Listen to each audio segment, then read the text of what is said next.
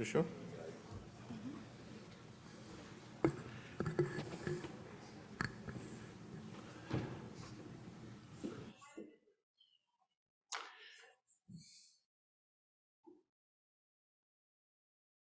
Okay, so hi everyone, and welcome to the open meeting of the GI committee. So it's been a long day, and I'd like to thank everyone who's joining us here in person. And also, I think we have a number of colleagues who are online. And I think Florence is also online. She's our advocate, together with Carol, who's somewhere here. Here she is. We're here. So what we'll do over the next an hour and a half, 2 hours, is to go over studies, not only SWOG studies, but also give you a feel of what the field is looking like in GI cancers, latest stuff, and what's really being developed in the national scene in NCCN and other studies. We'd like to stay on time so that we can get you out in time to attend the reception. This morning we had a 4-hour meeting, which was a long meeting, closed meeting. There was really very little break in it, so we went over a lot of stuff and discussions. So some of it will be also mentioned by the speakers today.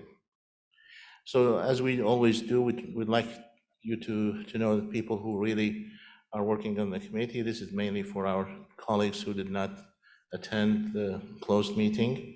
So we have a number of representatives here, as you can see, from pathology, surgery, imaging, community liaisons, cancer control, cancer prevention, and radiation oncology. Again, the list continues: surgical community liaison, digital engagement, community liaison, patient advocate, community liaison, and pharmaceutical liaison. So we have we cover the different aspects of dealing with developing new studies, and then making sure that we can open them in time and process them. We also added a subcommittee this year, which is the DEI subcommittee, and Coleman, Figueroa, Mosley, and Rachel Safian have graciously agreed to co-chair that subcommittee. And we also always are grateful for our colleagues in stats, Dr. Guthrie and Ms. Colby, who've been very helpful in terms of the new studies that we're evaluating, and also writing up the results from completed trials. Again, everything is not possible without our colleagues, data coordinators, and also protocol coordinators. So we've been very fortunate to have some very good people working with us. Courtney runs the meeting for us and for everyone, so we thank her. And with that, we'll be starting with we'll be starting actually with the GI health disparity efforts. So Colmar or Rachel, can you both come here?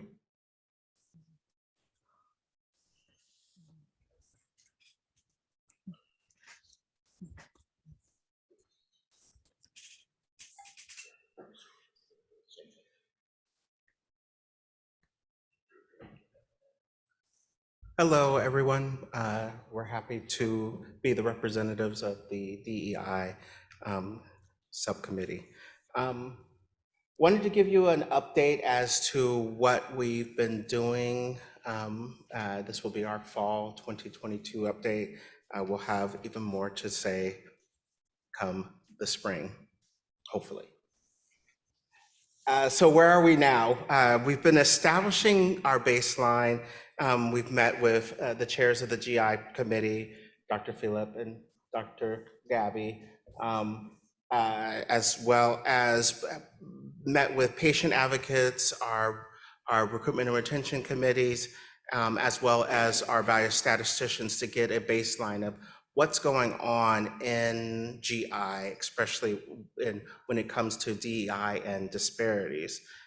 We've reviewed studies within GI, and as well as looked at our published studies and review of the low accruing studies, and have made some recommendations to some of them. In terms of investigator engagement, we've worked with Dr. Saeed, who's not present, moving her gastroesophageal capsule forward to protocol. It should be coming to protocol soon. And have done cross-cultural collaborations with the Veterans Committee, digital engagement, patient advocacy, and the Recruitment and Retention Committee. And within, with working with Dr. Saeed, her esophageal particular condition is high amongst Hispanic Latinos as well as veterans. So we were able to really connect her with the Veterans Committee to try to move things forward, possibly look at other ways to connect with the VA. And the review of the DEI data, right now we've made data requests for DEI, specific elements going back to 2010. And we'd like to thank Catherine Guthrie as well as Sarah Colby for their efforts. We'll continue to have discussions on data with them, but we thank them for what they have provided us thus far. In terms of future studies, we're looking at conducting a secondary analysis of the SWOG DEI health disparities data elements that we've requested, as well as piloting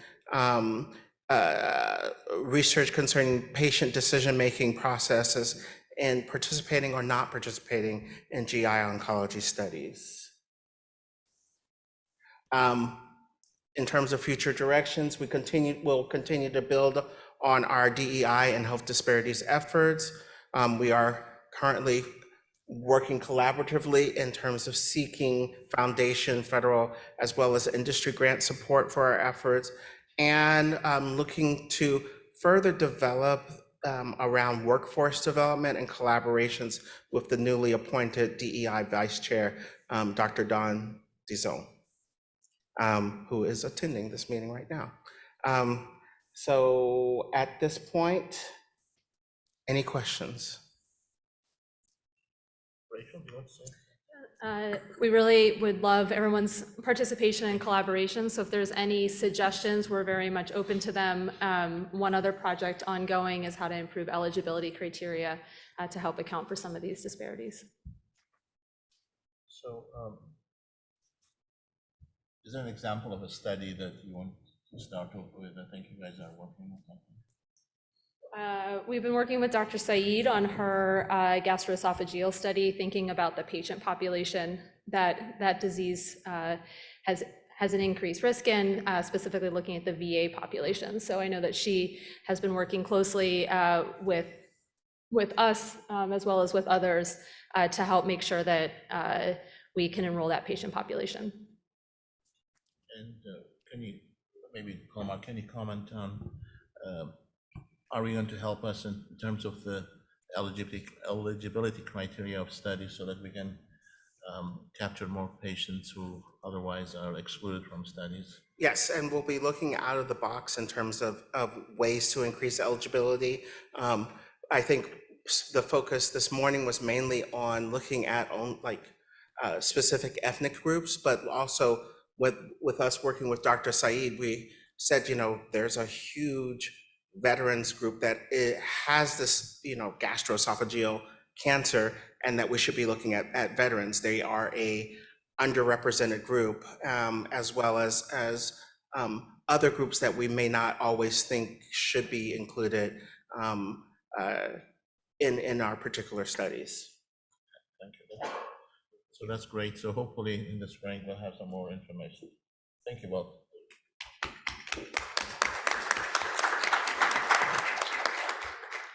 Okay, so now we're going to discuss specific trials.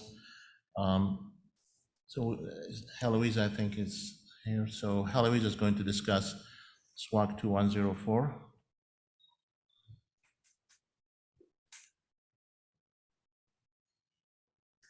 All right, thank you very much for letting me discuss again. and I don't know where, okay. Thank you. So this is our SWOG 2104, which is this phase 2 randomized trial of post-operative adjuvant CAPE-10 versus observations in patients that have a high risk for recurrence pancreatic neuroendocrine tumors.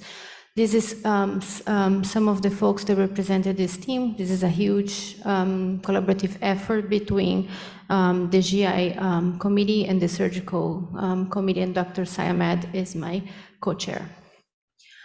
This is the schema of the trial. We know based on several databases that some patients with pancreatic neuroendocrine tumors might have a high risk for recurrence, and therefore we decided to see if for these patients that have high risk for recurrence, can we add chemotherapy as a backbone rather than just having observation for these studies? And thankfully, based on the data from ECOG 2211 that was actually officially published this week, we were able to use CAPE-10 as the backbone. So patients that have well-differentiated grade 2 tumors or grade 3 tumors are eligible for this study. Also, patients that at the time of surgery have oligometastatic liver disease are allowed to participate if the oligometastatic disease in the liver up to 5 mets are either resected or ablated intra-op. Sequencing resection of the liver mets is not allowed at this point. And patients after resection will be randomized 2-to-1 to CAPE-10 for 4 cycles or observations. And the primary endpoint of the study is to look at 3 years recurrence-free survival. We'll be monitoring these patients with scans every 6 months for the first 3 years, and following that every 12 months. And we'll have some correlatives associated. In terms of the eligibility, just going to highlight again, patients that have resection within 90 days from registrations, AKI 67 between 3 to 55, no prior adjuvant treatment is accepted with the exception of somatostatin analogs. And somatostatin analogs after surgery is not accepted. And thanks to the feedback that many surgeons gave it to us, we are working on an amendment that will allow for a short course of somatostatin analogs post-surgery if there is concern for fistulas formations that can be used in the preventative way.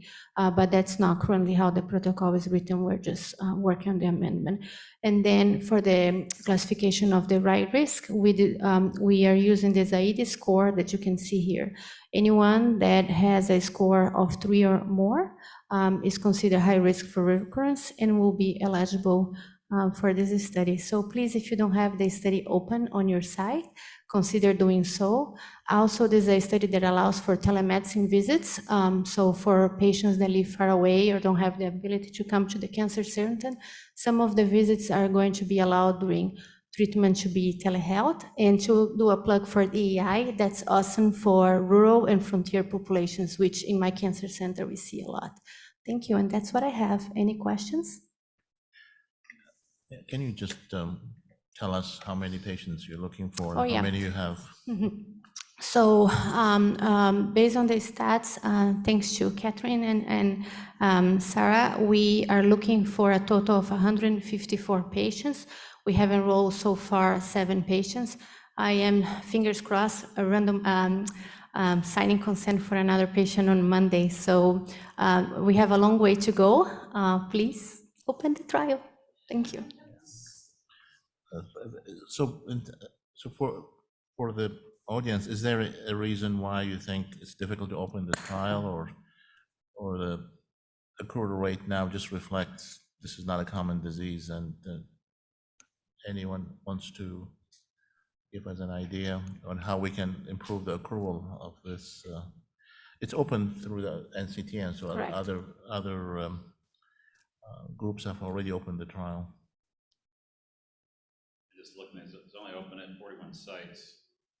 Yeah, there's 129 on different process of activation. Which is just less than a lot of other studies. So, getting people involved. It's now being about a year, yeah. At our cancer center, Heloisa, it's taking us 6 months to open an NCTN trial, so we are definitely wanting to open this. I think it's just gonna be a little slow to open, Yeah. but once it opens, it's gonna probably accrue well. Okay. Thank you. Any questions? Any questions or comments? Anything you want? Flavia, were you going to say something or? No, I was just checking, you know, we see a high number of neuroendocrine tumors. We do have maybe a couple of institutional competing protocols, but we want to open this. We should be either on the list or about to open it. So, I mean, it's a rare population, as you said. So, I mean, the other thing is that, you know, we tend to see more advanced patients who have more than 5 liver mets. And so when we do the debulkings, we have to make, for this trial, you have to make sure to get all the disease out. So that's the other problem, that sometimes we'll do a 70 or a 90% debulking, but they're not going to be candidates for this. Yeah. Sure.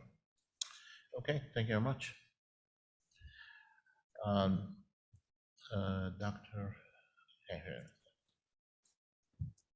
Okay, next is Dr. Morris, SWOG 2107. Hey, good afternoon, everybody.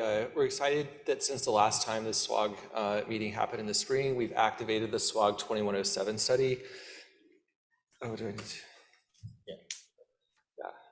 This is a randomized phase 2 trial looking at patients with microsatellite stable BRAF V600E metastatic colorectal cancer, and builds on the prior success of the SWOG 1406 study, which was the first randomized trial ever to show benefit of targeted therapies in patients with BRAF mutated metastatic colon cancer. So continuing SWOG kind of hopeful leadership in advancing the field here, but patients with BRAF mutated MSS metastatic colorectal cancer who received 1 or more prior lines of systemic therapy for metastatic disease will be randomized in a 2-to-1 fashion, such that 2/3 of patients will receive encorafenib cetuximab with the addition of nivolumab immunotherapy, and 1/3 of patients will receive standard of care treatment, which is not that, encorafenib and cetuximab.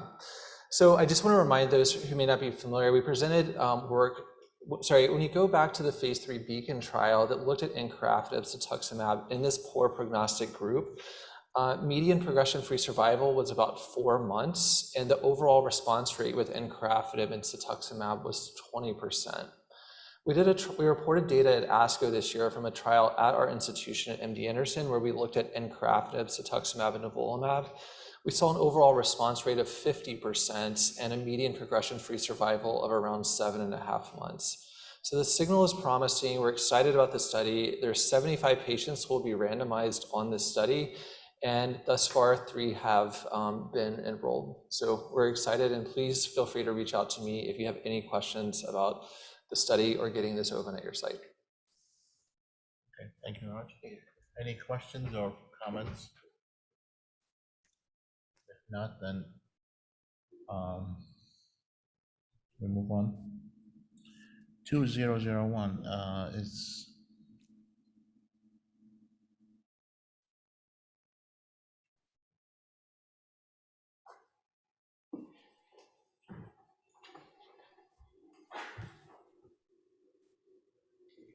Great. Thank you. Thank you for allowing me to update 2001. This is a randomized phase 2 study of maintenance Lynparza olaparib plus pembrolizumab versus olaparib alone as maintenance therapy after platinum-based chemotherapy. This is really building upon the POLO data, which showed that olaparib actually increased the progression-free survival. What we do know, a little bit of background, is that genomic instability increases the potential susceptibility to checkpoint inhibitors. We actually have preclinical data looking at the combination that showed a synergy with the two. So this has been, again, a very challenging trial to accrue to because, as we all know, BRCA mutated pancreatic cancer is only about 5 to 7% of the pancreatic cancer population. So this is actually requiring a lot of effort and collaboration. So this was developed in conjunction with Alliance, and Michael Pishvayan is actually my co-chair for this study. We have accrued 20 patients so far out of 88. So we did see a little uptick in terms of accrual. So we are actually getting more accrual. So we really appreciate your support on this study. One of the things I would like to ask, I was actually just checking the CTSU website, and when I was looking at all the community sites, Originally, there were about 400 sites that were actually open and accruing. And I noticed that there were about 50% of them that actually did not have it open, which I think may have been related to one of the big amendments that came out related to pembrolizumab toxicities. So I wasn't sure in terms of, the audience, if you have any issues with activating or keeping the study open. Thank you. Any questions or comments? Is anyone having any difficulty opening this trial?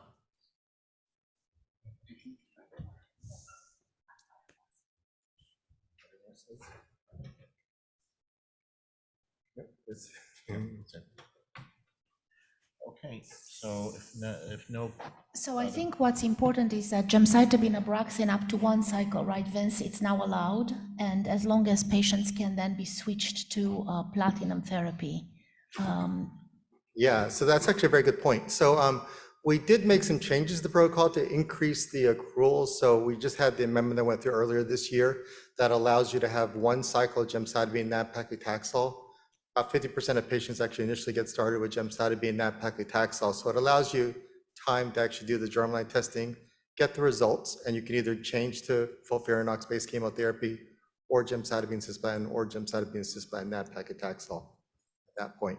The second thing too that I've actually received comments on, since the olaparib as actually standard of care, it is very important that if you do have a patient that's coming in for the clinical trial, because they tested positive for BRCA1 or BRCA2, that you immediately begin the process of getting authorization for the medication. So you don't want to wait till day 1 and they don't have the olaparib. So when you have this patient coming in that's seeing a standard of care that you're going to actually potentially put them on the clinical trial, go ahead and get authorization for the olaparib. One comment, you mentioned FOLFIRINOX, but it doesn't have to be FOLFIRINOX. It can't be FOLFOX. With an older woman, I didn't think it was a good FOLFIRINOX candidate, and I just gave her FOLFOX because she was BRCA positive. So that is another option too. Yeah, good point. It could be any platinum-based chemotherapy. Gemcis, yes. okay. Any other questions? If not, then we move to the next presentation. Are you going to do Michael's? I haven't seen him. Maybe.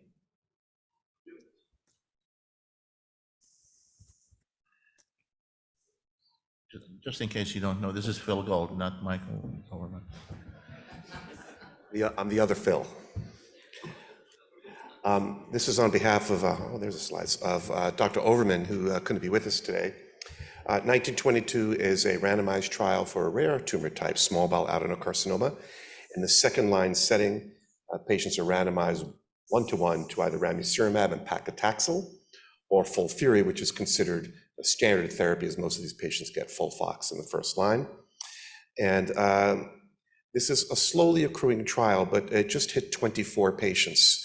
So, in the last few months, it's added on a few patients. And it's one of these trials that, since this is a rare tumor type, it's just going to take a while. So I just encourage everybody to make sure this is open at your sites, because the only way we'll get it done is to have strengthened numbers in terms of potential accruing institutions. Thanks for your attention. So a question to you, or Saima or Zev, for the molecular profile of a duodenal cancer or small bowel, there is some similarity with gastroesophageal, gastric, right? Yes, that's part of the rationale for the regimen. Okay. Again, any questions, any comments on why it's a bit slow? Understandably, second line, rare disease.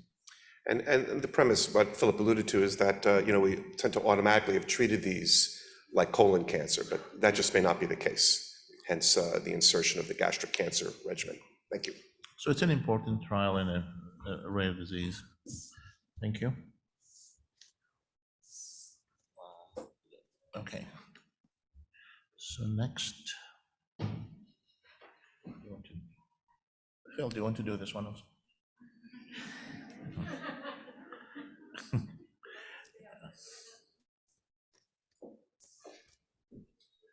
You know, it's my own fault because I was the one that submitted the deck, so I should have known.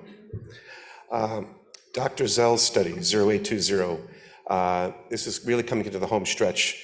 This is the phase 3 double-blind placebo-controlled trial of eflornithine and sulindac for the prevention of recurrent high-risk adenomas in patients who've already had stage 0 to 3 colon cancer.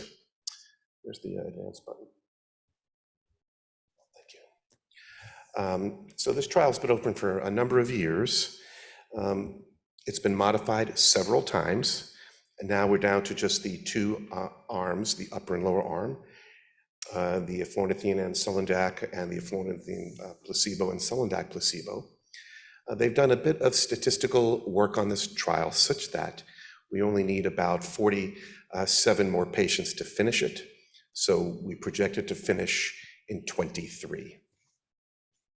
Yeah, I think this is really interesting, the time it took, but It's going to get done. but it did it. I mean, it's doing it. So Dr. Zell definitely gets the persistence award.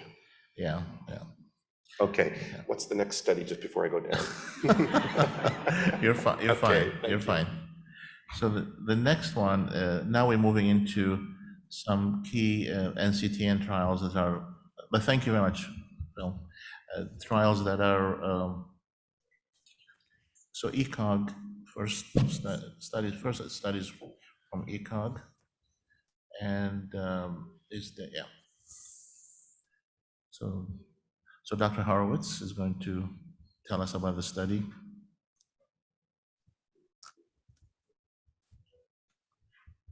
I'd like to thank everybody for the opportunity to champion this study. I was just extolling the virtues of it at the Radiation Oncology Committee meeting, trying to get my colleagues to open the study at their institutions. This is an important phase 3 study looking at the efficacy of consolidative radiotherapy in patients with oligometastatic gastric or esophageal adenocarcinoma that's HER2 negative. These patients are oligometastatic in that they have 3 or fewer sites of metastatic disease at diagnosis. And this study's undergone a couple of very important amendments since it initially opened. Initially, it was giving FOLFOX or CAPOX, and then a randomization for consolidative radiation or just continued systemic therapy. With the efficacy of immunotherapy, now they allow for use of Nivo up front as well as in the consolidative setting. And another important amendment that's been added is that patients can be enrolled after 4 months of systemic therapy and just at the time of randomization to radiation or continued systemic therapy. This study has been open since January of 2020, and out of a planned 314 patients has only enrolled 16. And so I think in the past 6 months has only enrolled a couple of patients. And so I think that we really need to try to identify these patients and enroll, because I think it's an important study to evaluate the role for any consolidative radiation for these patients with metastatic disease.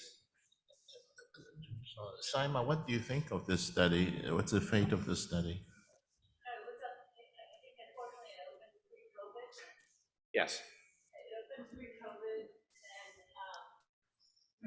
All of the IO data came out shortly after, so I think it's an important question. I think that the committee, the task force is committed to it. I think the timing of the study just was off. It came out pre-COVID, then we had all the IO data that got approved, and the study was on hold for a long period of time, awaiting, the amendment to include the IO in the frontline setting. So I'm hoping it now gathers some momentum. There's clearly phase 2 data. There's data for oligometastatic disease out of Asia using surgery. So I do think it's an important question, and hopefully it'll pick up some steam here now that we have the ability to enroll after the induction chemotherapy. I think it's huge, and now the addition of the IO. Yeah, okay. Thank you very David, much. I have a question. Yeah. What type of radiotherapy is being used in this study? And do you think that limiting to 3 metastatic sites is too limiting? So I think it's a really open question about the number of sites that you can have and still be oligometastatic. Reviewing some of the other disease-specific oligometastatic studies. Some allow up to 5, others allow 3. You know, there are some tumor agnostic studies that allow up to 10, which is very aggressive. I think this is a reasonable number, but certainly will limit the number of patients who are eligible. And then in terms of the radiation that's permitted, it's really pragmatic. So they allow single fraction radio surgery for bony sites. They allow even up to 15 fractions for certain abdominal sites that are very close to critical normal organs. And so I think that the radiation guidelines for this are very, very reasonable and very achievable across a variety of centers. And do we know how many patients were screened to enroll 16? I don't know that. Yeah. So this is a practical question we face in tumor boards. Granted, not frequent, but it's a real world. Sometimes, I mean, we don't know what to do, and but this is a great. I think it's a very good study. Thank you very much. So please David. open it. I have a question. Please. How are you ensuring the number of metastatic sites in this particular disease, especially if peritoneal disease can sometimes be missed on CT scans? So are you mandating that those patients undergo staging laparoscopy before enrolling? Laparoscopy is not required for enrollment of this, and it's strictly based off of radiographs, CT, MR, or PET CT, and the lesions have to be at least 1 centimeter in size. So for micrometastatic disease in the peritoneum, will that be a confounding factor, and how are you controlling for that? I think it's certainly a confounding factor. I'm not sure that you can well control for that either way. I agree. Okay, thank you very much, David. And next we have Giant. This is also a very important trial because in patients who are older and Yep, so this is ECOG Akron 2186, the GIANT study led by Dr. Doughton. So this is a randomized phase 2 study of gemcitabine and nab-paclitaxel compared to 5-FU and liposomal irinotecan in older patients. So as many of you know, in most of our pancreatic cancer trials, there are very few elderly patients who are enrolled onto those. And a lot of times we'll make dose adjustments or make modifications in terms of the drugs without any real data. So this is really the first prospective study dedicated to an elderly, but also an elderly and also vulnerable patient population. And how that's defined in this protocol, there are really set criteria that you have to meet, both age and also other comorbidities. An issue when I presented the study earlier in April, there was a little bit of slowdown in accrual. I will say in the last few months, it's really picked up. So as you can see there, it's 107 out of 184. And I think part of the reason for the uptick was at the time in April, we had COVID. We also had an Abraxane shortage. I think that has all been figured out. And then there's also been a protocol amendment because we were actually unintentionally excluding a lot of patients based on comorbidities. So because of the amendments, I think that has clarified and broadened the eligibility. So if you don't have this study open your site, I would definitely consider opening it. So. Thanks. Dave, can you just comment on the challenges of why do we think sometimes we are missing these patients? So, I mean, you know, speaking at our center, for example, we've seen a few elderly patients that would have been eligible for the study. As you know, some of these patients, as they get their age, it might not be within their goals that they might want treatment. So I think that is one issue. And then the second thing is I think distance can be an issue. So, because depending on where the sites are, at an academic center, patients may not want to drive to the academic center. So it's even more important. This is a very easy study to be conducted at, let's say, the community sites. So definitely if we broaden the where the sites is open, I think it would help with that. One of the issues I just consented somebody recently was they were like 75, but they were in too good a shape. Yeah, I know. To go on the study. And Yeah. that's the first time I've ever had somebody turned down for a study because they were in too good shape. I know. They missed the frailty index. Yeah. And I was a little surprised that that was such a requirement for this study. Yeah, I've actually had several discussions with Dr. Doughton about this, and part of it, she was a little bit restricted by the NCI, who wanted a more controlled fashion of how we would define somebody who's vulnerable. I agree with you, though, because those patients actually should be good, right? So, yeah. I was really surprised. Yeah.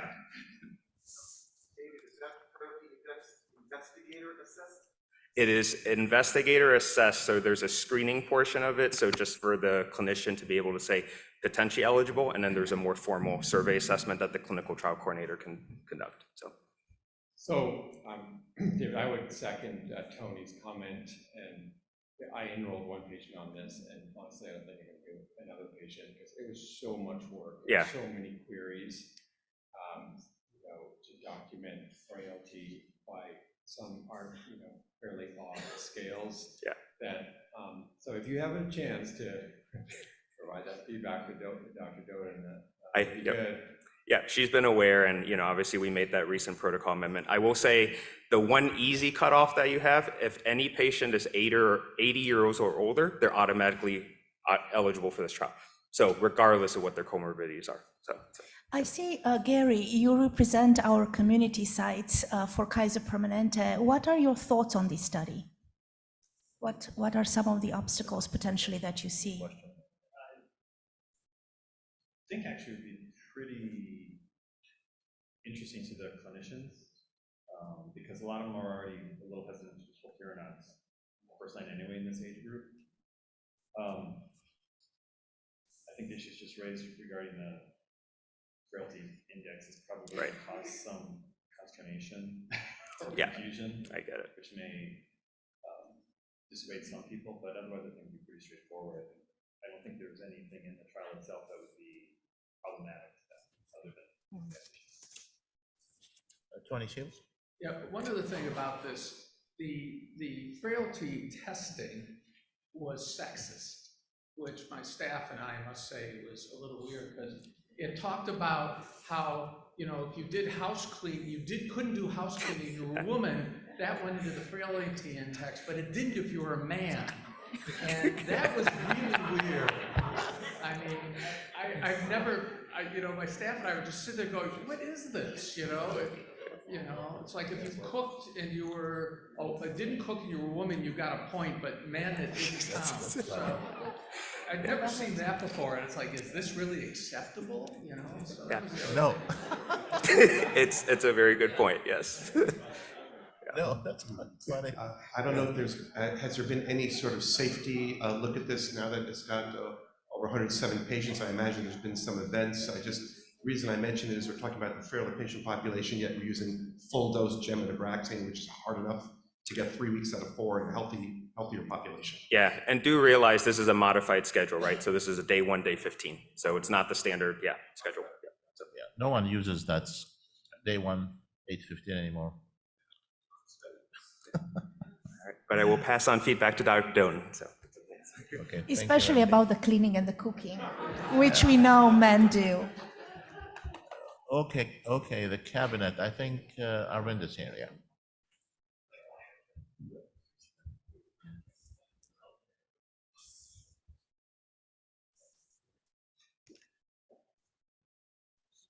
So this is a randomized phase 3 potential registration trial of cabozantinib versus placebo in patients with neuroendocrine tumors after progression on everolimus. Patients are enrolled onto 2 cohorts, either pancreatic neuroendocrine tumor or carcinoid. And they're randomized 2-to-1 to cabozantinib versus placebo, with the primary endpoint of progression-free survival. Over time, the protocol has been amended to allow crossover amongst other things, including changing eligibility based on prior therapies. The trial has been open since July 2018, continuing to enroll fairly briskly. We're about 250 patients out of a total of about close to 400 patients. Okay, any questions? What do you think of this study, Arvind? What is your expert opinion? So this is the big picture of things. Yeah, I think this is the only large-scale trial looking at a VEGF tyrosine kinase inhibitor in the carcinoid patient population, and also this trial allows prior sunitinib for pancreatic neuroendocrine tumor. So I do think that this is an important study and very likely will be positive. Okay. thank you, Arvin. All right, so next I think we have Dr. Gold again, Dr. Gold. helping. Sorry, mate. In fact, you're doing two, I think. Well, I think it's just a testament to the activity of colorectal cancer, colon cancer research. However, we have a lot of gaps too. This is a randomized phase 3 trial in patients with deficient mismatch repair, first-line metastatic disease. Dr. Rochalima and our own Dr. Overman, they've got the, let's go to the next slide, please. Thank you. I didn't know it worked. Okay. Thank you. Patients without prior therapy are randomized between FOLFOX, bev, and atezo, and atezo alone. The trial was amended 2 years ago to get rid of the FOLFOX bev arm because that was no longer appropriate. The trial's accruing steadily but slowly, 15 attributed to SWOG at 88 overall with a sample size of 211, so it's about coming up on halfway done pretty soon. And once again, I think this is a perfectly acceptable option for your patients with metastatic disease and deficient mismatch repair. I have not heard of any problems with the regimen to date. So why do you think it's slow? Is it because some people don't want to think of giving IO alone? Or? I think a lot of patients are getting IO alone, exactly that, yes. And some patients are higher performance status patients, maybe getting dual immunotherapy. As per Checkmate 142, they may be getting nivolumab and ipilimumab. What do people think, about this study? Because this is going to be a while, right, to finish, and also have to wait. I think one of the challenges, if you look at single agent checkpoint inhibitor versus dual blockade, there haven't been no head-to-head comparisons. No.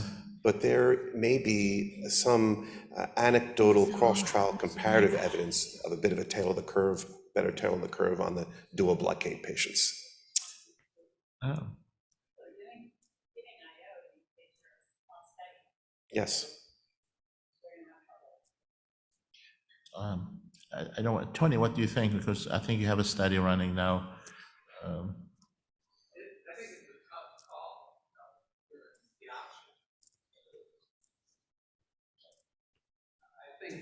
Given the option of study, it's a tough call. We put some people on it, but it's not easy because of the option of giving potentially dual IO off study. Some of the patients we see, quite honestly, who have reasonably advanced disease. When you look at the curves on the initial studies, if somebody's got a lot of tumor, I'm reluctant to give them IO alone. Yeah, that was my because question. it takes longer to respond, and I look at their livers and I go, I gotta get this shrunk now rather than later 3 months. So that's the other group of patients and that's where those curves sort of cross in the original publications. That sometimes you want to give chemo front, and then the IO is better for the tail. But you don't give chemo plus IO, right, off study? Sometimes. No. And I often start with the chemo, and sometimes what I'll do is I'll start with the chemo, and as soon as I get a hint that, maybe not, then I'll throw the IO in too. So, because I know that in the tail, I really want to get the IO in these people, but sometimes I get started, get it strong, feeling better. It's a complicated group. It is. It's not as simple as it has been, because you have the Epi-Nivo data and then, yeah. Do we know the pace at which this is enrolling currently, about how many patients a month? It's a couple of patients a month, I think, yeah. And it's been open since when? I don't know. It opened late in 19, I believe, and then they closed the top arm, the chemo alone arm got closed. But still, it's open 4 years for 200 patients. Yeah. At that rate, you got another 6 years or something, right? And then you have to wait, right? I mean, you're not going to get the answer after the last patient. Well, it may be one of those circumstances. I know they've been talking about reducing the sample size, and so they may bring the sample size down, and we'll get maybe get answers a little bit sooner. Yeah, I mean, this is sad because it's an important trial. Well, it was state of the art when it came out, but the standard of care and has kind of passed it by a bit. Yeah. Okay. Okay, well, thank we have you. another. No. Okay. Well, actually, you do have. Do you want to later. propose one, Phil? I'm sorry. Do you want to propose a new study now that you have the stage? Well, we had a slide, but we're doing that later, right? Yes. Okay. I was trying to joke, yes. So in an agenda, I was supposed to give you some information, but unfortunately, I can't because there's a report we're preparing, and that report hasn't been completed or discussed. This is on ctDNA use. And I just want to tell you a few words about what we're talking about. So CTAP, a GI steering committee, had received proposals to use ctDNA as a primary endpoint or a major endpoint. I don't know how to say it. ctDNA. But the sense was at the time in GI cancers in general, we don't have a good handle on how to really place the ctDNA as a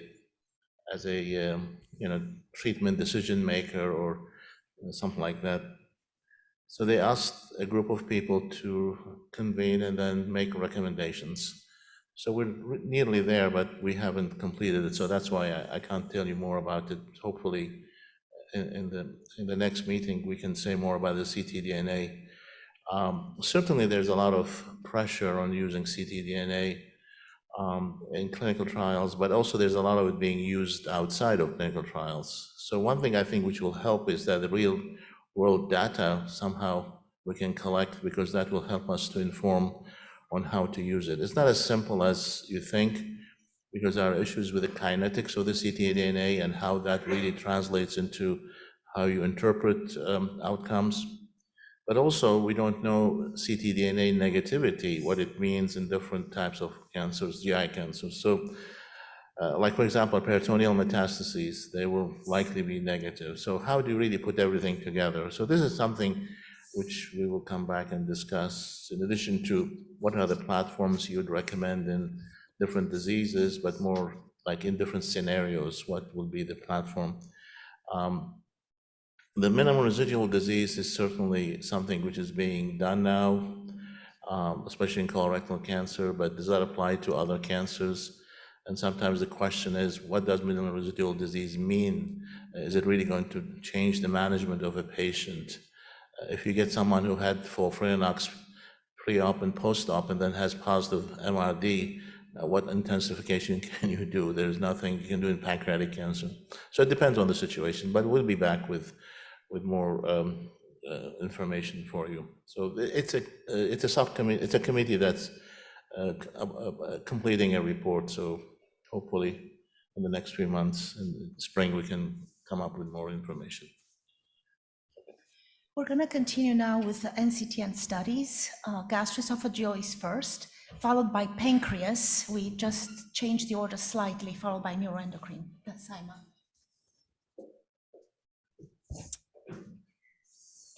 Okay, I'm presenting the esophagogastric subcommittee on behalf of Zeb and myself, Zeb Weinberg. So we'll go through some practice-changing updates, review the open and approved trials through the NCTN, and then just briefly review a couple of concepts we have in development. You're all aware now the incorporation of IO into the frontline setting in esophageal, gastric, and squamous cell esophageal cancers. In terms of an ESMO update, as we were asked to do, there really wasn't a whole lot at ESMO this year for upper GI, except for tislelizumab in the rationale study for esophageal squamous cell carcinoma, which was in line with what we've seen with IO for squams, with nivo-ipi, nivo, pembro, et cetera. So another IO agent in squamous cell carcinoma, not yet FDA approved. There are 3 currently open studies, so we'll go through those. EA 2174 is a phase 2/3 study of perioperative nivolumab and ipilimumab in patients with local regional distal esophageal or GEJ adenocarcinoma. So this is an initial randomization to carboplatin paclitaxel with concurrent radiation as per the CROSS trial versus CROSS plus nivolumab. Patients undergo surgery, and then there's a second randomization to standard of care nivolumab versus nivolumab plus ipilimumab. This trial is actually accruing really well. It's 244 of 280-ish patients for the first evaluation. NRG GI006 is a phase 3 trial of evaluating photon therapy in patients with esophageal cancer.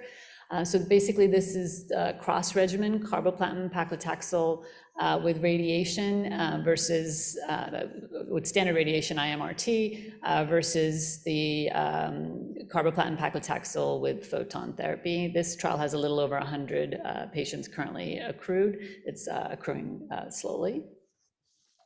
There are 2 concepts that have been approved, and the protocols are anticipated soon.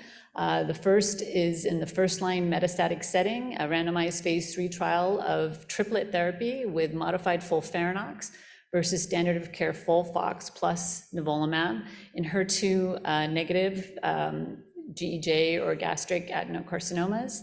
Our SWOG champion is Paul Oberstein. Over 380 patients will be accrued. This will be like I said, a phase 3 trial, a 1-to-1 randomization. Again, pretty straightforward, triplet versus doublet therapy. And then Dr. Rajdev is the PI of an ECOG study, randomized phase 2, looking at perioperative treatment of MSI-high gastric adenocarcinomas. Patients who are MSI-high are being randomized to treatment. Initially, it was chemotherapy versus chemotherapy plus atezolizumab, but this trial is being revised, likely to eliminate the chemotherapy alone arm, as many centers are not giving these patients chemotherapy based on data that shows that they may actually do worse with chemo alone. This is proposed as an international study with over 230 patients to accrue, but more to come on this one, as it is, although it's an approved concept, it's being revised. And then we have the SWOG concept, which is proposed by Dr. Saeed.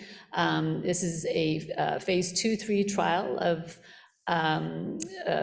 previously treated patients, so in the second-line setting, who are randomized to nivolumab with cabozantinib, nivolumab paclitaxel ramucirumab versus standard of care.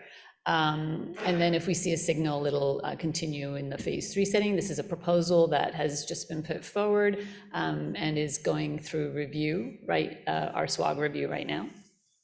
And hopefully this will move forward to a trial in the future. And then we've had a lot of issues with this trial, which was initially proposed by Joe Chow, has had many iterations. This was a randomized phase 2/3 trial of perioperative FLOT alone, or perioperative FLOT plus trastuzumab versus FLOT trastuzumab plus immunotherapy in patients with HER2 positive resectable gastric cancer. So we lost our IO partner, and so we're still out there hunting for anyone who may be interested in partnering in a perioperative IO study. Clearly, there are some other European trials that are ongoing that are looking at this question in the HER2 negative setting. So this was specifically for HER2 positive disease in addition to trastuzumab. So if anyone's company is interested, please reach out. And then in terms of, So there's no competing? Not in the HER2 positive setting. And then in Europe, there's the pertuzumab study, but not in the States. And then in terms of future developments, we had, in the perioperative setting, we had also proposed a study with evaluating ctDNA. We're waiting for recommendations from Dr. Phillip and colleagues, and hopefully we'll be able to incorporate that into our studies. We've also entertained the concept of total neoadjuvant therapy for these patients, as only about half of patients actually go on to receive the adjuvant portion of their perioperative treatment. Dr. Said's study will look at the immunotherapy beyond progression question, and then there's clearly an unmet need for gastric cancer in the refractory setting, so third line and perhaps even beyond, as I think we're all seeing more of those patients now. Thank you. So can I just ask a question? In gastric cancer, there are at least 3 molecules that are of interest. Claudin, yes, that'll be FGFR, yes, and one more thing I forgot. So what do you think? Yeah, so we'll hear about Claudin. Hopefully, it'll be a late-breaking abstract if they have the data at ASCO GI. ASCO GI. Yeah. FGFR, obviously the phase 2 was promising, the phase 3 is just opened. And then what's the third molecule? I think it's different versions of HER2. Yeah, there's so many HER2. The HER2 field is pretty populated right now. Yeah. But the Claudin, so obviously we don't have data, but that's something which we should be looking for. Yes, Claudin, hopefully let's see if that opens us up beyond IO at this point. There was some, I think, new data that I've seen, Saima, for EGFR amplified, EGFR overexpression. We did these studies long ago and they were negative. And seems like we kind of go back in circles a little bit, as was presented this morning as well with EGFR in pancreas cancer. Yes, those studies were negative. And actually, even at that time, we had looked at subgroup analyses for the TKIs that showed that amplification probably were the responders. I think Dan Catenacci actually showed that in some of his presentations as well. Let's see if that catches steam. Great, thank you so much. Thank you.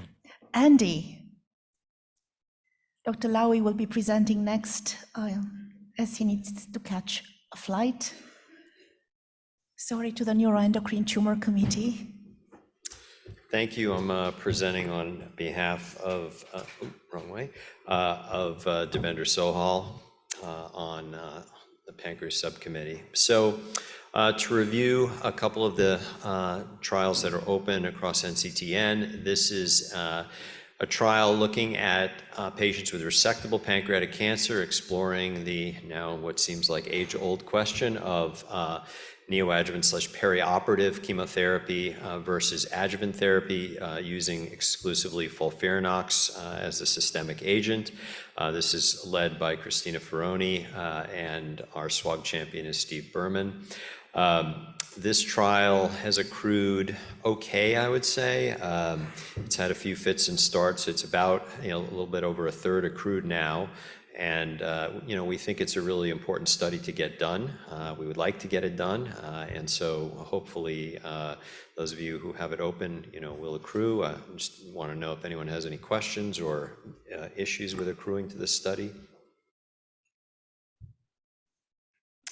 Okay. Moving on, this is another study actually in the resectable space. Interestingly, we have 2 trials in the resectable space, but this is a trial led by Kim Rice-Binder and co-led by our own Anoop Kasi. It's a ECOG 2192, which is looking at the value of a maintenance PARP inhibition using olaparib in patients who have received platinum-based either neoadjuvant and or adjuvant chemotherapy and are disease-free, and who have mutations either germline or somatic in either of the BRCA or PALB2 genes. So it differs a little bit from Vincent's study in that it allows patients with somatic mutations, and it has a accrual goal of 152 patients, and it's accrued about 1/6 so far, 25 patients. So again, Anoop is co-leading this study. Obviously, we think it's a very important and interesting study, applying the maintenance strategy to resectable disease for the first time. And so hopefully folks will open and accrue to this. We already heard about Vincent's study, so I'm going to fast forward through that. And now I think this is the final big topic is study in development, which has been in development for a while. This is Devender's future follow-up to SWOG 1505, kind of building on a neoadjuvant therapy backbone using FOLFIRINOX. We are proposing a multi-arm study with a control of FOLFIRINOX, and then adding several different novel agents in their individual arm, comparing to the FOLFIRINOX backbone, not to each other. And so as it currently stands, we have 3 agents which drug companies have worked with us and are willing to provide an agent targeting the IL-1 pathway, an agent targeting CXCR4, and one targeting the netrin pathway, which is a kind of axonal guidance cell survival pathway.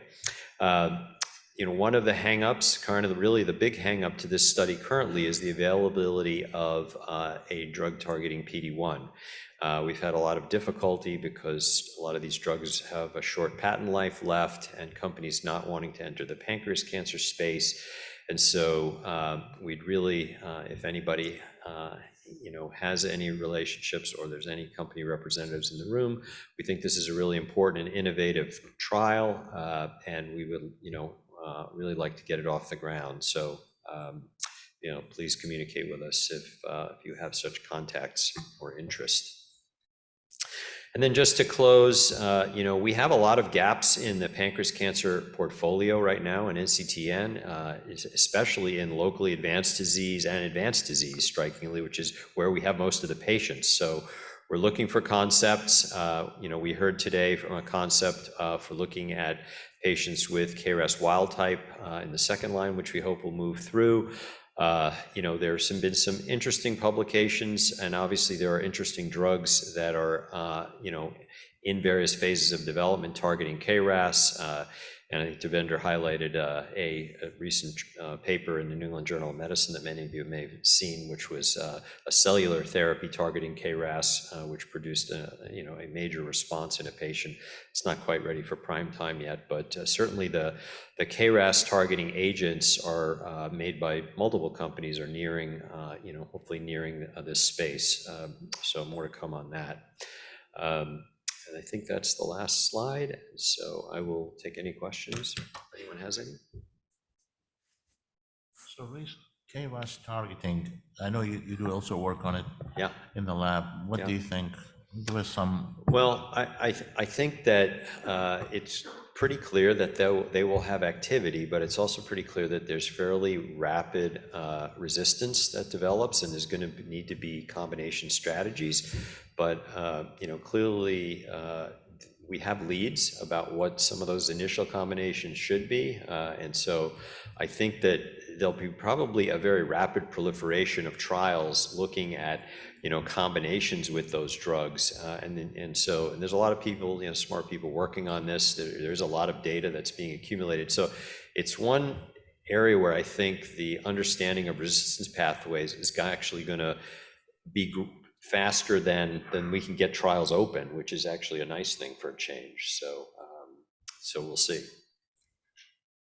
Yeah, I mean, the problem of the drug resistance developing early, and you heard about the combo match today where they were trying to think about that. Right. But there's a lot of data accumulating already. We're about to submit a paper about this from using the Mirati G12D, and so there's a lot of other groups working on it as well. So I think it'll be a really fruitful space once we get access to these agents, and hopefully pharma will partner with us to do some of these in the cooperative groups.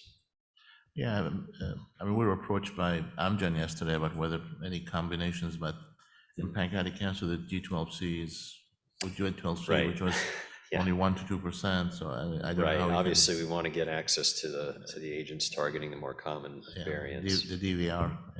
All I can say, Andy, is during the plenary 2 today, we came up with purple match. We're planning to actually do this for pancreas. Because we saw in combo match, IMatch, etc. Some of the arms are actually interesting, but they are limited to certain tumor types. So maybe it's time for a purple match. Purple match, I like that. and patent that. But again, Copyright. but the work Andy and Devin are doing, leading in terms of the neoadjuvant, it's a match of some sort. Yeah. Okay. Any questions? Thank you, Andy. Right. And Dr. Zarvin here. Oh, here we are. Dr. Dasari. So I'll start with an update from ESMO about a couple of trials. And John Strasberg, the co-chair of the neuroendocrine committee, was actually the discussant. Is kind enough to share his slides. I'll use his slides to go over the update and then review the NCTN portfolio.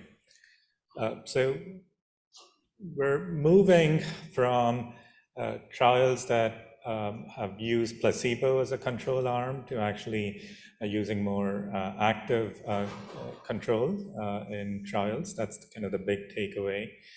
So far, drug development has been in progressive neuroendocrine tumors with either placebo or really not a good control arm. So we have several options that are available currently, but really very few, very little data in terms of how to sequence these therapies. Taking the example of pancreatic neuroendocrine tumors, we have somatostatin receptor targeted therapies, including somatostatin analogs, PRRT, targeted therapies such as everolimus and sunitinib, and pancreatic neuroendocrine tumors, as Eloisa pointed out a little while earlier, are also unique in that they respond to cytotoxic chemotherapy with alkylating agents such as Temodar or streptozotocin in combination with fluoropyrimidine. So we do have several options, but the question is how do we sequence them? And so this kind of summarizes what we've discussed so far. So alkylating agent chemotherapy and PRRT seem to be associated with higher response rates and perhaps with a longer PFS than kind of targeted therapies. And this is comparing data across trials. And based on kind of consensus, perhaps cytotoxic chemotherapy would be more appropriate in patients who have more aggressive tumors, such as those that are bulky, kind of symptom burden, or have SSTR negative tumors. So the first trial I'll go over is OCLU random that randomized patients with pancreatic neuroendocrine tumors to PRRT with lutetium-177 versus sunitinib. And this was a randomized trial, phase 2, but non-comparative, given the study size and other logistics. A total of about 80 patients or so that were enrolled. And overall, it does appear, not unsurprisingly, that patients who receive PRRT appear to have a longer progression-free survival of about close to 21 months versus 11 months in the sunitinib arm.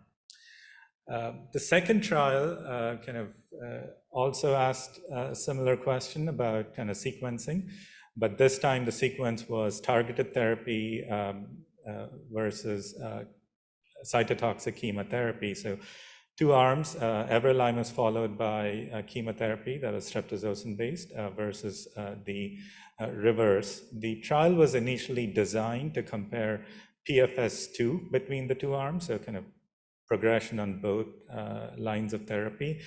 But due to slow accrual, the trial was amended and only looked at PFS1, that is progression-free survival on the first line of therapy. What was surprising was that compared to the prior trial, the progression-free survival was somewhat similar in both arms at close to 20 to 24 months. And what we know from robust prior data is that the PFS with everolimus tends to be around 10 to 11 months. There have been multiple randomized trials. So this kind of highlights the need to really design clinical trials thoughtfully in patients with neuroendocrine tumors, because in this trial, no progression was required at baseline, and a significant proportion were treatment naive, so likely had indolent disease. And this field has also moved on from using streptozocin to using capecitabine and temozolomide as the cytotoxic therapy of choice. So bottom line, I think although these trials do not really answer the question of sequencing, I think hopefully gives you an idea of where the field is moving. Kind of active controls, asking questions about what's the best way to sequence all these therapies. And that's kind of also reflects some of the trials ongoing in the NCTN portfolio. But I do want to start off by highlighting a SWOG trial. This is a randomized phase 2/3 trial of first-line platinum-based chemotherapy with or without atezolizumab in patients with poorly differentiated extrapulmonary small cell neuroendocrine carcinomas. A shout out to David Zen, who's here in the audience, for getting it up and running. So this is asking the question of, is there utility of adding on immunotherapy to first-line chemotherapy for extrapulmonary cancers? And if so, what's the best way to do it? Is it just during chemotherapy? Is there utility in continuing atezolizumab as maintenance therapy as well? And Dave is working on an amendment to improve, to broaden the eligibility to include all high-grade neuroendocrine carcinomas, not just small cell. And I think this will really help with enrollment. And a lot of sites are still in the process of opening the trial. Dave, anything else you want to add on? Yeah, no, the priority is to get this amendment and broaden all the cell types. We did send the amendment already on the first pass, which they didn't have any issues allowing for large cell, but there were some more restrictions about the GU, so we're just trying to sort that out. And also want to highlight a trial that we discussed in the closed session as well. So this is the NET Retreat trial that's being co-developed by SWOG and CCTG, asking the question around efficacy and safety of retreatment with PRRT in patients who've received it before. So the key eligibility criteria are mid-gut neuroendocrine tumors, well-differentiated, who've had some benefit previously with PRRT, defined as at least 12 months of progression-free survival post-completion of PRRT. And they'll be randomized to retreatment with PRRT ×2 versus everolimus, with the primary endpoint of disease-free survival. And the protocol is under development and will hopefully open to enrollment in the next quarter. Other ongoing NCTN trials, this is a phase 2 trial of temozolomide with or without olaparib for patients with pheochromocytoma and paraganglioma. It's being run out of Alliance, and Dr. Lopez is the SWOG champion. And planned enrollment of about 76 patients, and enrolled about 15 so far. If you not open this trial, please do consider opening at your sites. This is a rare tumor, so it would be great to support it. And then to wrap up, a couple of trials, kind of building on what we discussed as update from ESMO, looking at randomization between PRRT versus kind of an approved therapy. This is in lung neuroendocrine tumors. So patients would be randomized to PRRT versus everolimus. And this is again being run out of Alliance, and Andrew Hendifar is the SWOG champion. Still hasn't enrolled yet, but hopefully soon. And then the other trial along kind of the same line, but this is in pancreatic neuroendocrine tumors. Patients with progressive disease are being randomized to PRRT versus standard of care therapy, that is capecitabine temozolomide. Dr. Soares is a co-PI on this study. And the primary endpoint is progression-free survival. It's just opened a few months ago, and a lot of sites are still in the process of opening the study. Eloisa, any other comments from your side? So, yeah. Arvind, I have a question. This was great, very educational. What is the best way of assessing response after PRRT? And how do you declare response? Is it RECIST-based? Is it SUV-based on gallium DOTA PETs? We have lots of patients that want to have gallium scans every 2 months. What do you recommend? How do you assess response? So the trials have used cross-sectional imaging and kind of standard RECIST criteria to determine response, and that's what being used for prospective trials as well. It's notoriously difficult to kind of really measure SUV on a consistent basis across scans. So really don't use changes in SUV for determining response for these patients. And let's say if PRRT resulted in best stable disease on RECIST, are patients eligible for the retreat? Or do they have to have a response? Yeah, so the criteria to determine benefit from prior PRRT is at least 12 months of clinical benefits, at least even stable disease, past the last dose of PRRT. Thank you. Any other questions? Any questions? How do you define disease progression in grade 1 disease asymptomatic? Yeah, so I think a lot of the older trials have just said progressive disease, which is a bit of hand waving. I mean, kind of it determined by investigators. But once on the trial, we use RECIST criteria. Yeah, I mean, on trial, yes, but when do you, even in real life, when do you switch treatment? And that's a great question, right? I mean, if you have a patient with really low volume disease, with a few scattered sub-centimeter lesions in the liver, I mean, do we really want to jump on treatment at the slightest progressions? I think it's a lot of clinical kind of judgment that goes into. It's a struggle, yeah. Thank you so much. Thank you. Dr. Gold. Okay. Marwan, are you on? Yes, I'm on. Let me get my share screen here. Would you like me to advance the slides for you? Sure, that may be easier. Thank you.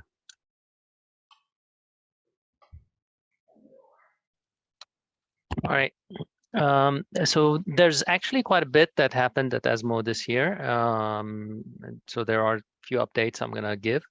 First is the Cairo 5 trial. This is a study that looked at the question of left-sided colon cancer with RAS wild type, BRAF wild type, and asked the question as to if a patient is not candidate for surgery up front, but could be with major downstaging, potentially candidate for surgery, is it better to use FOLFOX or FOLFIRI-Bev versus FOLFOX, FOLFIRI-PMAB? As expected, response rates were higher and with panitumumab versus bevacizumab, but surprisingly, the resection rate, ablation rates were no different. And also, there was no difference in PFS. I think this study is not that large. This is a somewhat heterogeneous patient population. It does not set a change in practice. And we also know that the OS with anti-EGFR therapy sometimes, outpaces the improvement in PFS. So we still need to wait for PFS. Next slide, for OS. The ERMIS trial, this is a randomized phase 3 trial, which kind of adds to what we know already as far as maintenance therapy. Somewhat a little bit also contradictory to a study that looked at stop and go in the setting of anti-EGFR that was presented at ASCO, but that was a randomized phase 2. This phase 3 trial looked at FOLFIRI cetuximab versus FOLFIRI, followed FOLFIRI-cetuximab versus FOLFIRI times 8 cycled followed by CMAB alone. So basically everybody gets FOLFIRI-CMAB versus FOLFIRI-CMAB, but then you continue with FOLFIRI-CMAB versus CMAB alone. And the study showed that the CMAB maintenance was not non-inferior to FOLFIRI-CMAB continuation. So basically it tells us we cannot down stage the treatment to CMAB alone as a maintenance therapy. If you recollect previously Valentino trial and Panama trials have looked at other maintenance strategies such as 5-affilocouvorin versus PMAB plus 5-affilocouvorin and showed 5-affilocouvorin plus PMAB was better than 5-affilocouvorin maintenance. And we also have data that 5-affilocouvorin plus PMAB is better than 5-affilocouvorin alone.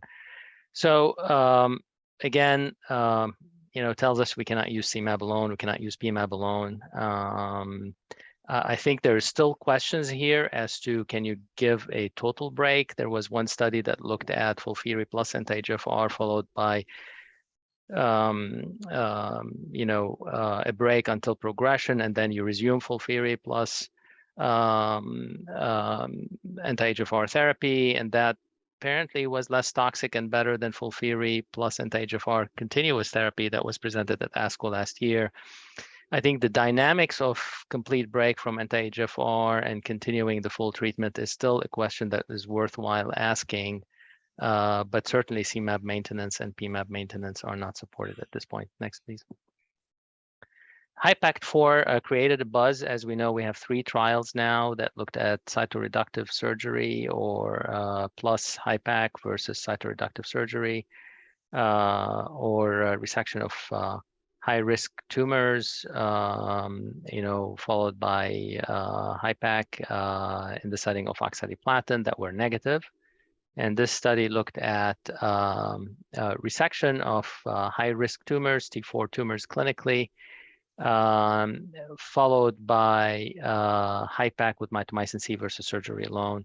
The study primary endpoint was local regional relapse, and it was positive as far as risk of local regional relapse. The p-value was 0.04, hazard ratio 0.21. Even though the hazard ratio is very low, the events were not that high for local regional relapse in both arms. And the interesting thing is that this study was negative for DFS and OS. Mind you here that the local regional relapse, including peritoneal disease, was assessed by imaging. It was not assessed laparoscopically. So I think there is some enthusiasm about this study, especially in the cytoreductive surgery community. It may warrant continuing some prospective studies in the setting of mitomycin C. In my opinion, with a lack of DFS and OS signal, it is too early to say that this should be a standard practice. There's also no data that was reported regarding quality of life or regarding needs for operations in both groups to tell us if indeed it affects risk of obstruction, for example, down the road by doing HIPAC and preventing recurrence locally. Next, please. We can't see the slides, sorry. Okay, I just lost the slide here. There we go. Can you see them? We cannot, we only see you. We don't see I actually, I'm not the one who is sharing. You want me to share my screen? Because it's being projected from your end, but I'm happy to try to share my screens. Yeah, we only see you. I don't see the slides. Okay, let me just share. Maybe that would be better.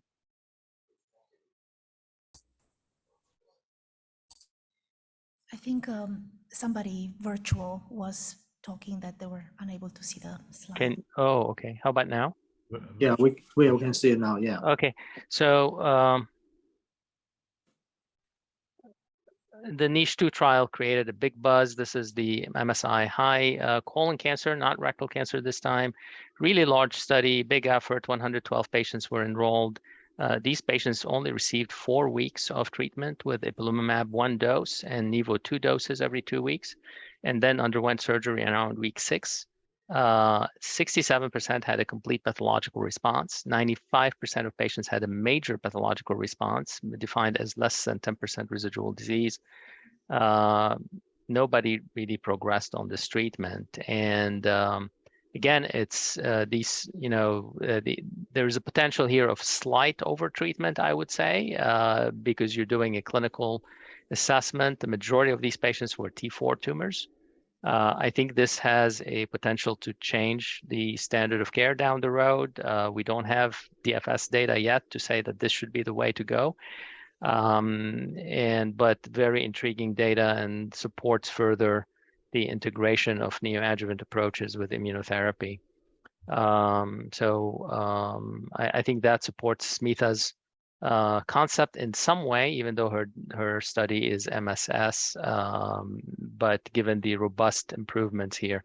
I think the other thing to think about with this study is that, do we really need to treat MSI high colon cancer stage 4 disease for 1 or 2 years, and given the complete pathological responses that you see here with only 4 weeks of therapy, should we be thinking as a group at designing studies moving forward for stage 4 MSI high colon cancer, where if you have, say, a negative PET scan after 4 months, coupled with other metrics for assessing a high likelihood of complete clinical response, can you stop treatment early rather than subject these patients to additional treatment, and can you monitor them? So I'm combining here the 2 studies on the KRAS G12C. One is adagrasib cetuximab, one is sotorasib panitumumab. Both 2 small trials, phase 2, 32 patients, 40 patients. Bottom line, PFS looks favorable, 6.9 months for adagrasib cetuximab, 5.7 months for sotorasib PMAB. These were patients who had progressed on standard chemotherapy. You can see the overall survival is 13.4 months for adagrasib cetuximab. The sotorasib arm had not reached the overall survival median yet, the median OS, but at 9 months, 83% of patients, or 82%, were still alive. So clearly synergistic, as you can see, with the response rates here, 30% to 46%. I don't think we can compare both arms. These were 2 small phase 2 trials, but clearly this is likely to become a standard of care, I think, at least in refractory patients in the near future. So another area to keep an eye on as far as 12C, I think this is crowded as far as the pharma development in the second line as well as third line setting. There are phase 3s ongoing. And finally, another study that changes standard of care is the FRESCO trial. This is a follow-up on the phase 3 trial that was done in China with fruquintinib, 5 milligrams daily, 3 weeks on, 1 week off, versus placebo. This is a TKI, multi-targeted TKI randomized study 2-to-1. Really decent difference in overall survival. You can see almost 2.5 months difference here in overall survival, more than what we've seen previously with regorafenib or Lonsurf alone. And interestingly, even the median PFS here crossed the 2 months mark that we had with Lonsurf as well as regorafenib. Response rates are still quite low, 1.5%, but you can see the hazard ratios are really meaningful for both PFS and overall survival. So I do think this is going to be a new standard of care for refractory colon cancer, and the results appear to be more favorable, even though there's no head-to-head comparison, but they do appear to be more favorable than single agent regorafenib and single agent Lonsurf. Lonsurf plus bevacizumab or trifluridine bevacizumab was better than trifluridine alone on the Sunlight trial, based on a press release. So we are all awaiting the OS there. Finally, I just want to set the stage for a concept that I will be talking about later. We presented the data on Rego Ipi-Nivo. This was a small phase 1 expansion trial, and what we have seen is that In patients with refractory colon cancer, microsatellite stable, patients with non-liver mets by iRECIST criteria, we had a 41% response rate, and we had a PFS of 6 months in this population. We did not see responses in liver metastases, but we had a very encouraging PFS in the non-liver mets of 6 months with a nice tail of the curve, and the overall survival has now exceeded 22 months in this population that is refractory to systemic chemotherapy with Rigo Ipi-Nivo. So that's what I have as far as the updates. Dr. Faki, thanks very much for that comprehensive update review from ESMO. We'll continue on with the colon agenda. Moving on to active NCTN trials, we're not going to discuss the studies that were mentioned earlier this afternoon. First is the ATOMIC trial. Dr. Liu is the co-chair, the SWOG champion for this trial. This is an adjuvant study in patients with deficient mismatch repair, stage 3 disease, randomized either to FOLFOX alone, standard of care, versus FOLFOX and atezolizumab for 12 cycles, then on to maintenance atezo alone for the balance of 13 more cycles. 1 cycle of chemo is allowed prior to registration so that patients can start optimally after surgery. The accrual this time, as of now, is 644 out of 700, so this should close by the next meeting. I'd expect they would have met their accrual objective. SWOG accrual is at 59. The next trial, SWOG champion, is Dr. Scott. This is a ctDNA trial, NRGGI005. So this is patients who you're already planning not to give chemotherapy to because they had lower risk stage 2 disease. So in arm 1, they're randomized to standard of care therapy, and samples are collected for ctDNA, archived, and will be reported on later. Arm 2 is assay-derived therapy, in which patients who have ctDNA detected receive FOLFOX or CAPOX at the investigator's discretion, versus surveillance if there's no ctDNA detected. That is accruing well. It already has well over 400 patients, 24 from SWOG. So this will shed some useful information in the coming years when it's available. Another ctDNA trial has just opened. Dr. Desari and Dr. Liu. This is for patients with stage 3 disease, in contrast to the previous trial, which is stage 2 disease. And here, patients after surgery are randomly assigned as follows. If no circulating tumor DNA is detected post-op, they're assigned either FOLFOX or active surveillance. So here's the first trial where patients with stage 3 disease will not get chemotherapy if they have no circulating tumor DNA. The other side, if there is circulating tumor DNA detected, they're then randomized to standard chemo or escalated chemotherapy with FOLFOXIRI. So this trial has literally just opened and has 7 patients accrued, and will once again provide excellent information when it's done. In metastatic disease, for patients with intact mismatch repair, we have a clinical trial run by Kimi Eng, and Stacy Cohen is our SWOG champion. This trial is vitamin D, in different doses of vitamin D, and primary endpoint being PFS with overall survival, response, and toxicity, and vitamin D levels as secondary endpoints. The trial is nearing completion. 25 patients from SWOG out of 414 overall. They have about 30 patients left to accrue. We're now going to talk about some concepts in development. The first one, we're going to show some slides, a slide in a moment, and then Dr. Faki already alluded to his RIN versus Rigo-Nivo trial, and we'll have a slide for that. Dr. Miller from the Alliance has a trial of a total ablative therapy. Dr. Golami from our committee is the chair of that. There's an adjuvant BRAF trial from Dr. Yeager, which is going to be standard of care chemotherapy versus encorafenib and cetuximab in patients after resected BRAF V600E mutated colon cancer. And then finally, recently approved by the GI Steering Committee, was a hepatic arterial infusion chemotherapy protocol by Dr. Litsky, where patients will get systemic therapy in the second line who have unresectable liver disease and be randomized to chemo or HAI. So we'll await that. Neither of those last three are yet activated, so you'll hear more about them once they get open. Maggie, do you want to present this slide? It's just one slide, just a schema slide.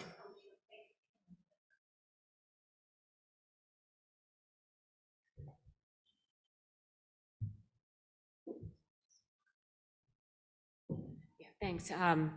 So this is a concept that Dr. Krishnamurthy and I have been working on for a couple of years, and the concept is combination immunotherapy and chemotherapy in patients with microsatellite stable or MMR proficient resectable colon cancer. See, the population that we are interested is in T3N1 or T4N0M0 colon cancer that is MMR proficient. As you all know, there are couple of studies that have shown benefit. One is the Foxtrot study with the neoadjuvant chemotherapy in this group has shown an improvement in 2-year recurrence-free survival, as well as the niche data that Dr. Faki just pointed out. Although primarily it had MMR deficient tumors, there were also MMR proficient tumors included in the niche 1 and 2 studies that showed that there is improvement in pathologic response in patients who receive immunotherapy, which is the Nivo-Ipi combination. The regimen. So this particular concept includes the combination of Foxtrot approach plus the niche approach, in which patients will be randomized to either just FOLFOX 3 cycles for 6 weeks, followed by surgery, or the experimental arm in which patients will receive FOLFOX with Ipi and Nivo on day 1 and just Nivo on day 15, and then completion of the 3 cycles of FOLFOX followed by surgical resection. Our primary endpoint is tumor regression score, and we are hoping that we would achieve an improved marked response, which is either a complete response or marked response, which is less than 10% viable tumor in the surgical specimen. That would be the primary endpoint for the study. The secondary endpoints are the event-free survival. Radiological CT staging, would be used to enroll patients into the study. And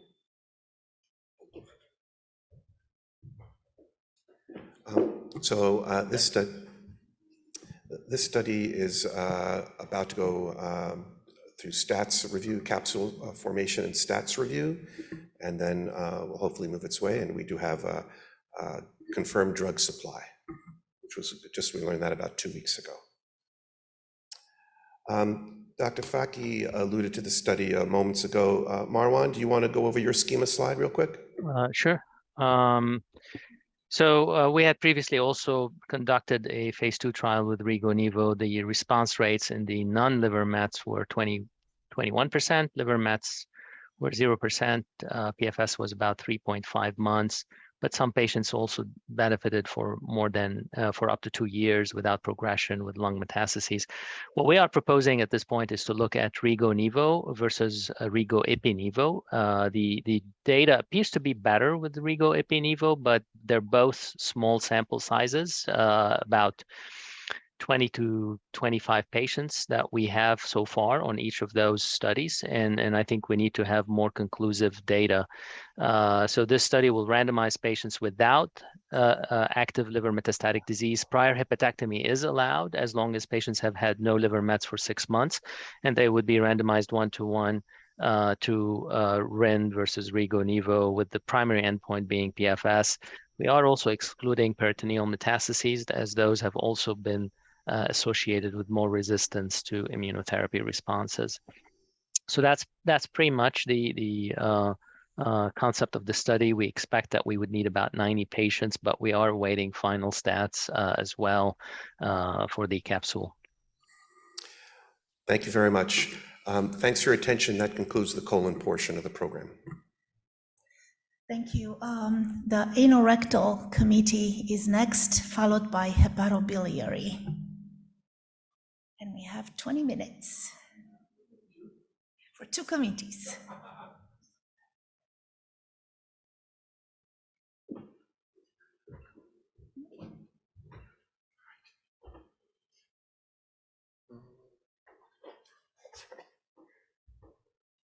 Okay, so we're going to whip through this. I wasn't at ESMO, but I was delighted to see there was actually 3 organ preservation trials presented in early rectal cancer. So I'm going to present 2 of them that had more mature outcomes. The first was a Danish trial, and the second was the UK Star Trek trial. And just a brief background, there's been a lot of literature about organ sparing for early stage, predominantly stage 1 rectal cancer. All the initiatives have involved chemoradiation followed by transanal excision, and the primary endpoint has been the YP downstaging, and there's fairly consistent results across the trials. We published our results, and instead of using chemoradiation, we used 3 months of chemo, and we completed that table by adding our primary endpoint and really quite similar outcomes that we achieved in our trial. So that's really the background to organ preservation trials and literature. And the new stuff that we saw at ASCO was a Danish trial that used the same patient population, actually slightly more advanced, including N1 tumors potentially. They were all low, so really motivated patient population to avoid an ostomy. And they actually used a dose escalated radiation with 62 gray. But the tumor bed lymph nodes was 50.4. So all the patients were radiated and then with chemoradiation, and then they were treated according to clinical response. So there was an opportunity to do watch and wait here.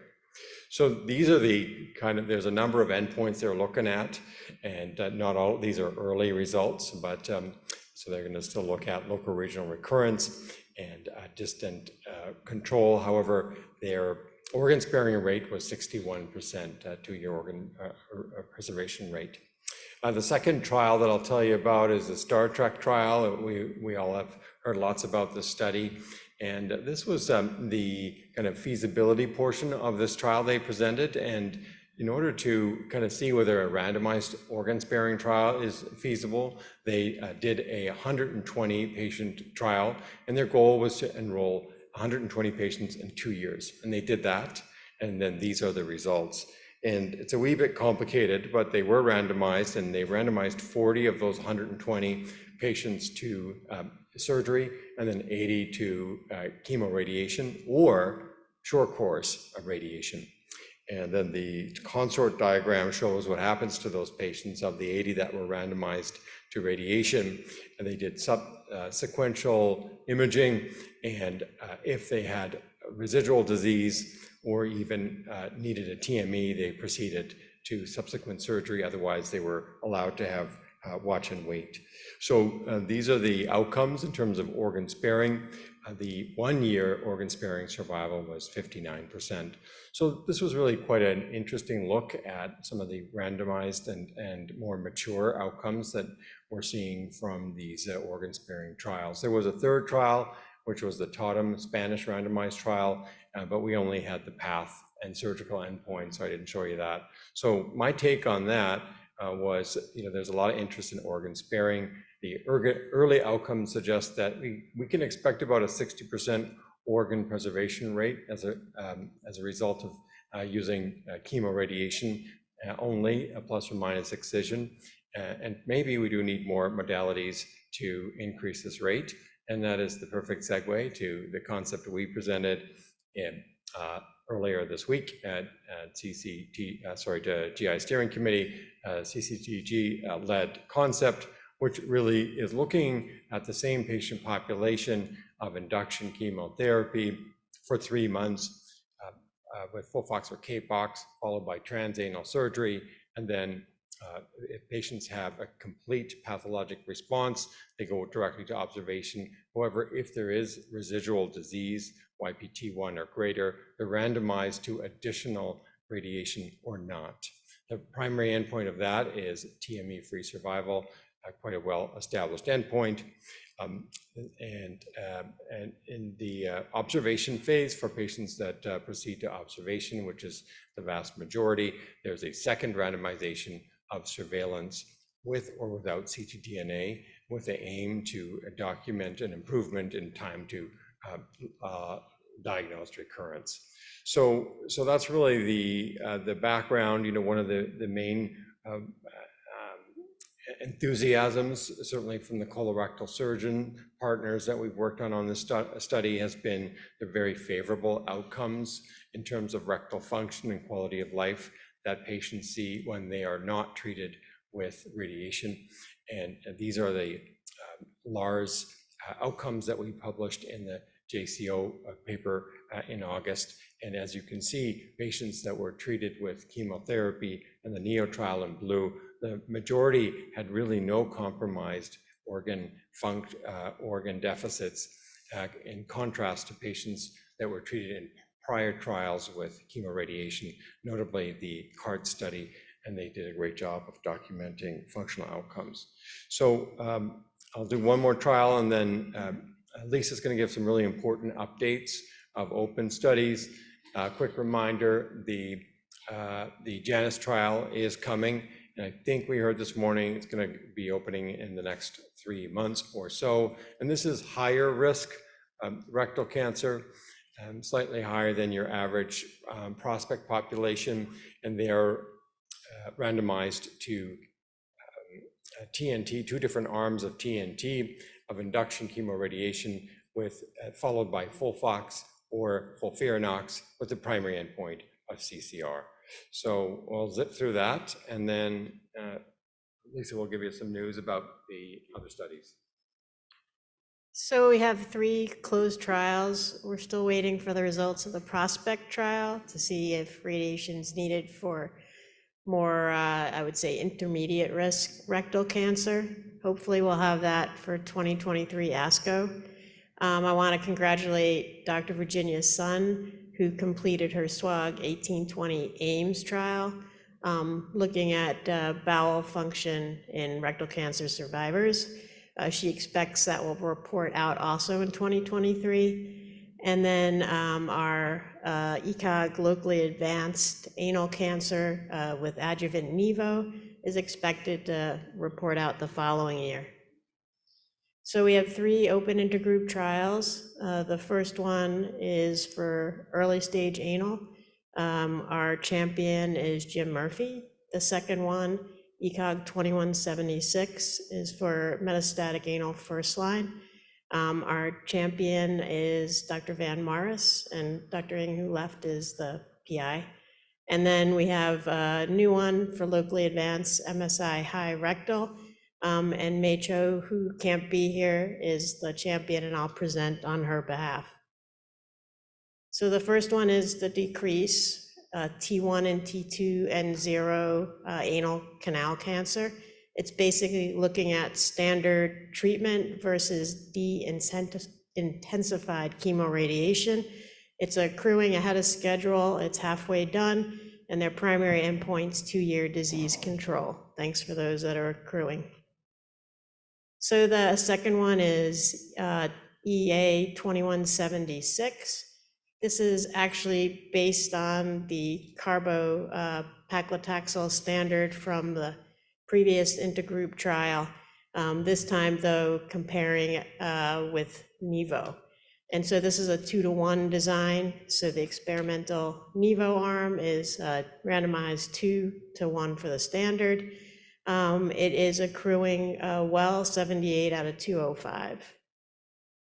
It does have an amendment coming, although nothing too interesting. It's clarification of the dose of paclitaxel.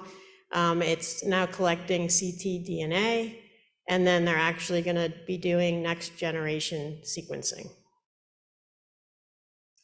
Here's the one where it gets a little more interesting for the amendment. This is EA 2201. This is a single arm phase 2, looking at those that have MS high, locally advanced rectal cancer. So this is the current design. So they're getting Ipi-Nivo for 2 cycles. They're actually getting short course radiation, 5 fractions times 5, another 2 of Ipi-Nivo, and then reassess for surgery with a current primary endpoint of PCR. And they just started to enroll earlier this year, so they're 6 out of 31 now. But we all know the data from MSK, from ASCO GI, so I'll just go quickly to remind everyone. So for repair deficient clinical stage 2 and 3 rectal cancer with PD-1 blockade, they actually had 11 of their 11 evaluable patients with a clinical complete response. So the amendment, I'll just go straight to that, that's coming up, will be taking those two and then 2 separated cycles of Ipi/Nivo, bringing them forward, and then to reassess. If it's a clinical complete response, they'll go on to non-operative management. If not, then they'll get their 5 fractions of radiation and then to TME.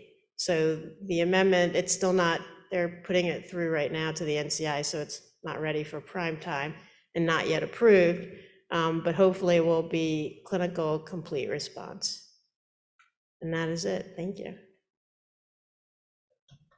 Any questions? Thank you very much. I'm not Anthony El-Khoury or Rashna. Rashna's picture with Van tweeted earlier today, so I got it off the internet.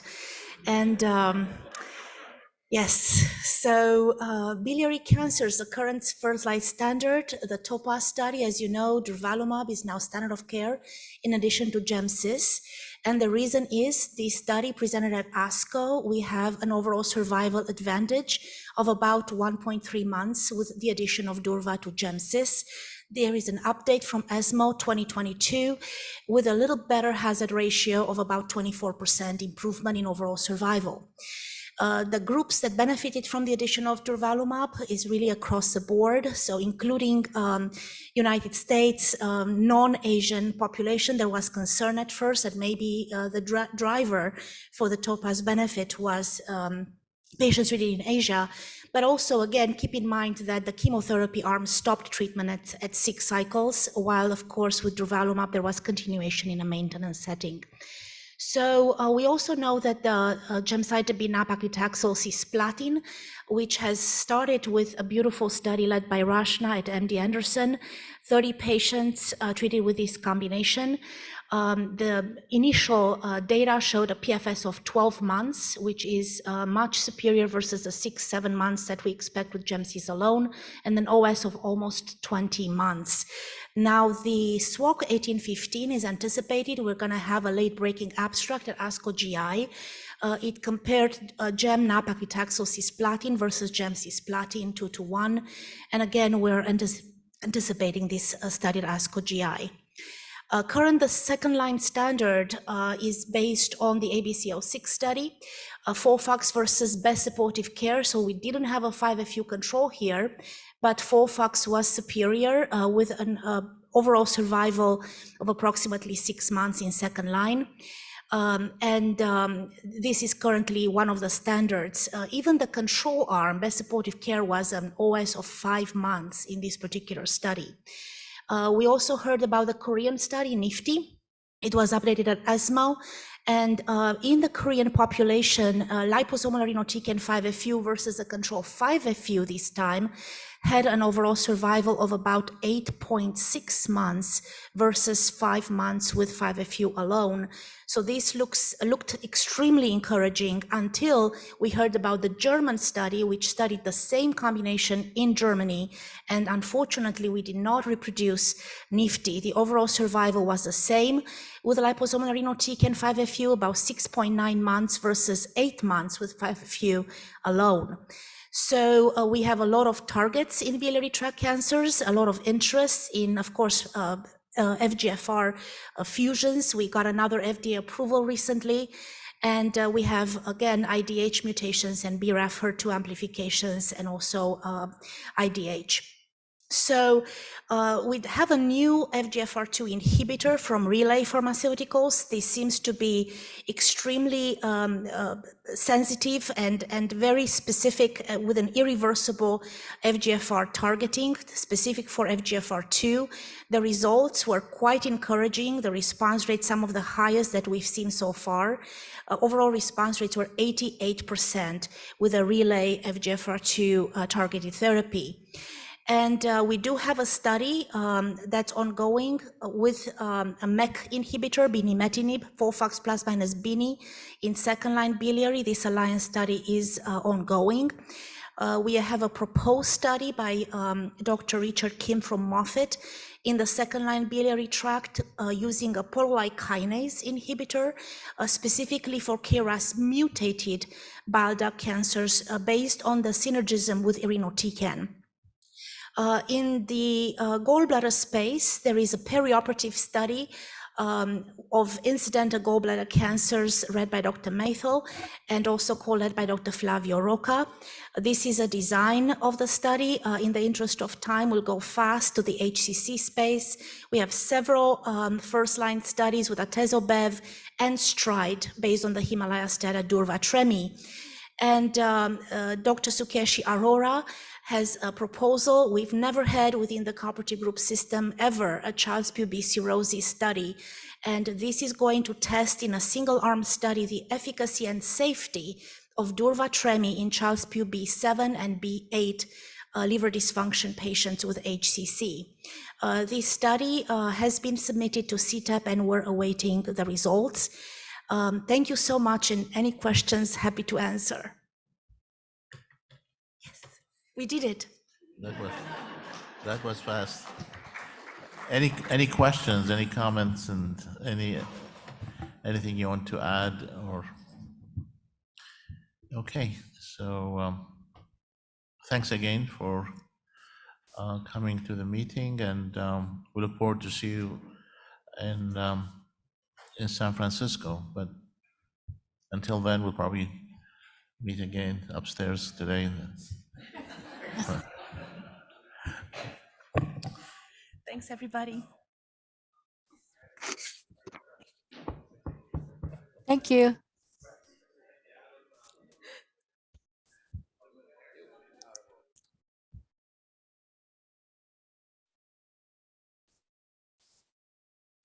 Oh my.